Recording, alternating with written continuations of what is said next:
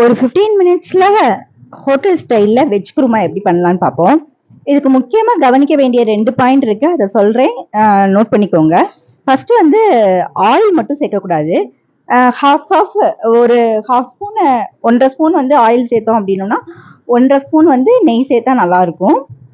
அதுக்கப்புறம் எல்லா ஸ்பைசஸ், அதாவது பட்டை, கிராம்பு, ஸ்டார் லீவ்ஸு, பே லீவ்ஸு எல்லாத்தையுமே எண்ணெய் சூடானோடனே, எண்ணெயும் நெய்யும் சூடானோடனே அதை போட்டு வதக்குங்க. நெக்ஸ்ட்டு வெங்காயம், பெரிய வெங்காயம் ஒன்று எடுத்தீங்கன்னா அதே சைஸில் தக்காளியும் எடுத்துக்கோங்க. ரெண்டுமே சேம் அளவு இருக்கணும்.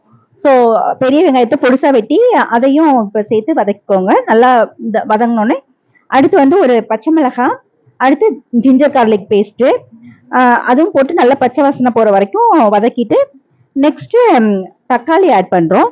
அடுத்து இதில் முக்கியமாக நம்ம கவனிக்க வேண்டியது புதினாவும் கொத்தமல்லியும் ஒரு கைப்பிடி போடணும். அதை நல்லா பொடுசா நறுக்கி போடணும்.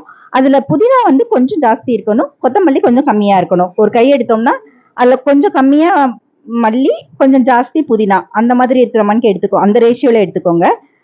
அதையும் போட்டு நல்லா வதக்கிக்கோங்க. இப்போ வந்து என்னென்ன பொடி ஆட் பண்றோம் அப்படின்னா மஞ்சள்தூள், மிளகாத்தூள்,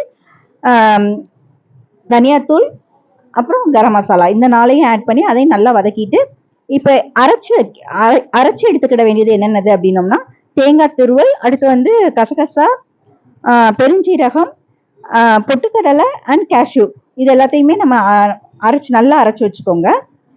அதையும் இப்போ ஆட் பண்ணிட்டு நல்லா ஒரு இது நல்லா பச்சை வாசனை போகிற வரைக்கும் கிண்டி விட்டுட்டு நெக்ஸ்ட் வந்து நம்ம காய்கறி அறுத்து வச்சிருப்போம்ல அதையும் சேர்த்து ஆட் பண்ணிட்டு கொஞ்ச நேரம் வதக்கிட்டு எவ்வளோ தேவையோ தண்ணி ஊற்றிட்டு ஒரு 4 சவுண்டு விசில் வச்சு எடுத்தீங்கன்னா சூப்பரான குருமா ரெடி.